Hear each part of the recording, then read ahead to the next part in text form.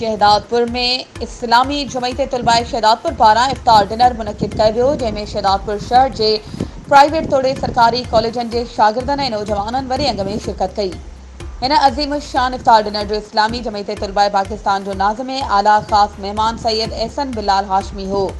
नए चूंडियल नाज़िम आला जो शहदादपुर पहुचण ते जमायत जे कारकुननि पारां शानदार इस्तक़बाल कयो वियो।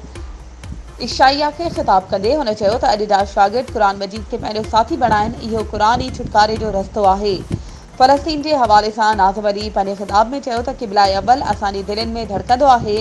मस्जिद अक़सा मां महिनत करणु असांजे ईमान जो हिस्सो आहे। गज़ा जी सूरत हाल ते असां सभिनी मुसलमाननि खे तमामु घणो ॾुख आहे।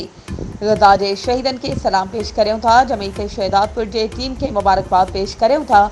इन मौक़े ते नाज़िम आला इस्लामी जमायत तलबाए सिंध जो भाउ उमेर शामिल लाखो, अमीर जमायत इस्लामी आसिफ महमूद कुरैशी, अल ख़िदमत फाउंडेशन जे सदर सैयद इरशाद ज़फ़र बुखारी, नाज़िम तवीज़न हमदुल्ला मुजाहिद, नाज़िम जमायत ज़िले सांगण मोहम्मद बिलाल ऐं नाज़िम जमायत शहदादपुर अहमद अब्दुल्ला कंबो पिणु मौजूद हुआ।